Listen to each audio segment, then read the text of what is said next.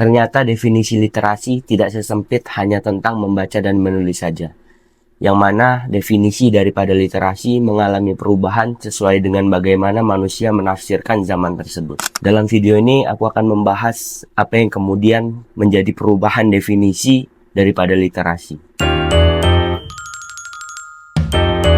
Banyak orang mengatakan bahwa literasi itu tentang bagaimana orang itu melek huruf, mampu untuk kemudian membaca, menulis, dan lain sebagainya. Semisal mengutip apa yang kemudian disampaikan oleh Martin Suryajaya, ia mengatakan bahwa definisi literasi tentang membaca dan menulis itu adalah definisi kuno. Sejak 2010 sampai sekarang, definisi literasi itu bukan hanya tentang membaca menulis, melainkan bagaimana kemudian kita mengkonsumsi kebudayaan, termasuk menonton seni pertunjukan teater, menonton drama, membuat puisi, membaca puisi, atau bahkan membaca dan menulis tadi. Tetapi yang terpenting adalah menjustifikasikannya.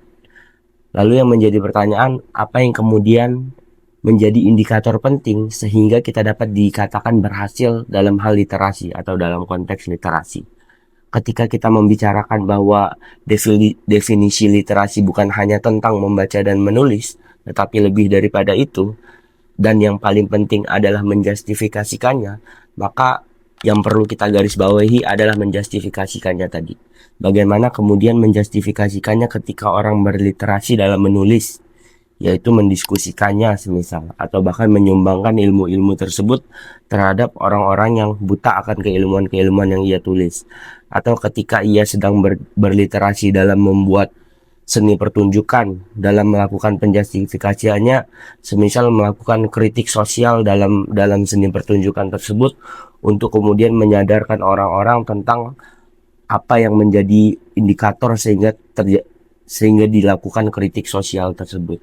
Itulah yang kemudian disebut sebagai orang-orang yang literer atau orang-orang yang berhasil dalam hal literasi tersebut. Namun ketika kita membicarakan sejarah, terkhususnya sejarah literasi, tidak lain tidak bukan literasi mulai masif berkembang sejak ditemukannya mesin cetak oleh Johannes Gutenberg, yang adalah ia seorang pandai besi.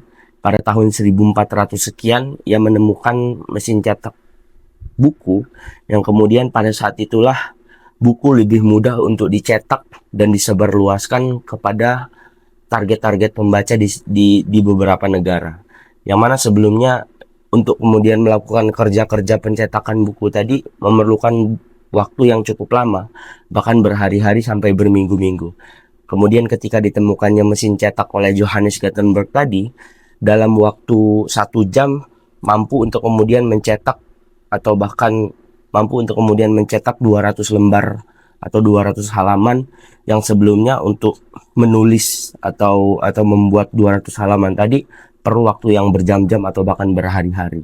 Sejak saat itu penyebar luasan literasi semakin masif dan semakin masif lagi ketika berdirinya apa yang kemudian disebut dengan Republik Literasi, di mana orang-orang yang kemudian literer, orang-orang yang kemudian aktif dalam gerakan literasi itu saling melakukan korespondensi satu sama lain, semisal dari negara A ke negara B untuk saling bertukar ide gagasan, untuk saling memberikan informasi apa yang kemudian menjadi temuan-temuan di negara atau di daerah mereka, sehingga berkembanglah kemudian ilmu pengetahuan. Dan selain daripada melakukan metode korespondensi atau saring kirim-kiriman surat, mereka membuat suatu tempat yang kemudian dijadikan tempat berdiskusi, tempat beradu gagasan, tempat kemudian mereka menciptakan paham-paham atau bahkan temuan-temuan baru berdasarkan sifat yang empiris dan lain sebagainya,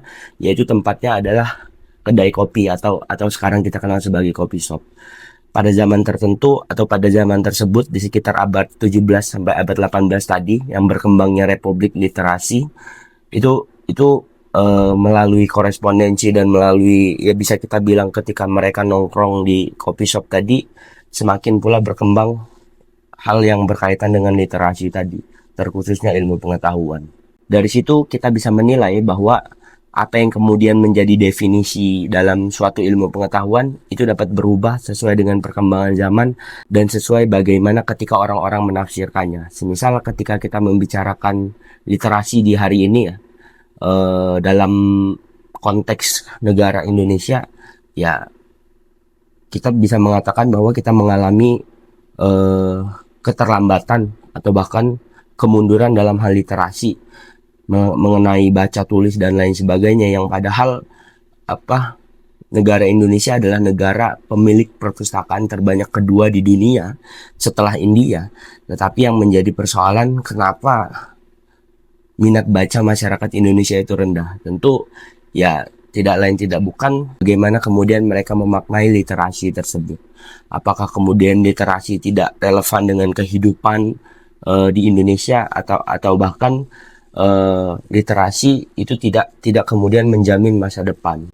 Atau dalam sisi lain, semisal masyarakat Indonesia disibukkan dengan kerja-kerja formal untuk kemudian mencari uang untuk memenuhi kebutuhan hidup, tidak memiliki waktu untuk melakukan kajian-kajian terhadap literasi, atau bahkan kajian-kajian terhadap ilmu pengetahuan yang didasari atau yang ada di dalam buku. Tentu itu menjadi suatu persoalan yang sangat serius ketika membicarakan tidak adanya perkembangan literasi di suatu negara. Karena ketika kita berkaca terhadap historis atau berkaca terhadap sejarah tadi, perkembangan itu cukup maju karena memang lahirnya ilmu pengetahuan, yang mana lahirnya ilmu pengetahuan tadi itu digagas oleh orang-orang yang literer atau bahkan orang-orang yang berliterasi. Kita mungkin sepakat bahwa ilmu pengetahuan itu selalu berkembang. Lalu pertanyaannya, bagaimana kemudian ilmu pengetahuan itu dapat berkembang ketika orang-orangnya tidak mampu untuk kemudian menguasai kontekstual literasi itu sendiri? Kalau dalam konsep filsafat, semisal apa yang kemudian disebut sebagai tiang penyangga, yaitu ontologis, epistemologis, dan aksiologis, maka hari ini kita mengalami kegagalan dalam konsep epistemologis. Aku tidak mengatakan bahwa seluruh masyarakat Indonesia semisal yang tidak kemudian aktif dalam literasi, tetapi berdasarkan data yang ada, semisal berdasarkan skor PISA dan lain sebagainya, bahwa memang nyatanya kita rendah. Dalam konsep filsafat tadi, dalam hal epistemologi ya, atau dalam bagaimana ketika kita menafsirkan suatu ilmu pengetahuan berdasarkan sifat empiris atau berdasarkan pandangan kita secara realistis atau realisme, itu yang kemudian mampu untuk menciptakan suatu ilmu-ilmu atau bahkan temuan-temuan baru. Nah, itu didasari dari yang kemudian aku sebut tadi sebagai literasi.